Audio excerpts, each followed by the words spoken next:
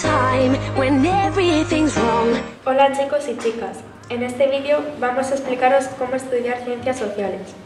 Para ello vamos a utilizar un texto y os vamos a ir explicando cada uno de los pasos. Primer paso, leer el texto.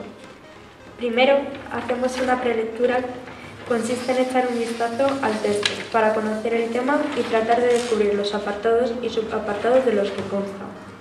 Después hacemos la lectura comprensiva.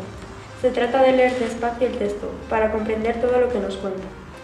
Para comprender bien un texto necesitamos conocer todas las palabras y para eso el diccionario puede ser útil y comprender todas las ideas y en este caso nos puede ayudar a leer varias veces lo que no entendamos.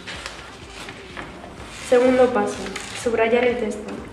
Solo debemos subrayar las palabras o ideas más importantes de cada párrafo. Puedes utilizar diferentes tipos de subrayado para las ideas principales, las secundarias y los datos. El error que más habitualmente cometemos es subrayar en exceso. Ten cuidado. Tercer paso, hacer un esquema. De cada tema se suele hacer un esquema de una o dos páginas. En este caso hacemos un esquema independiente. El esquema ha de ser lo más completo posible y debe tener toda la información que luego vamos a memorizar organizada en apartados y subapartados.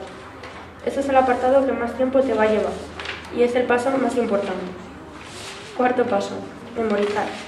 Memoriza todo el esquema y asegúrate de que te lo sabes. Si necesitas que alguien te lo pregunte, hazlo. La memorización se realiza justo los días antes del examen.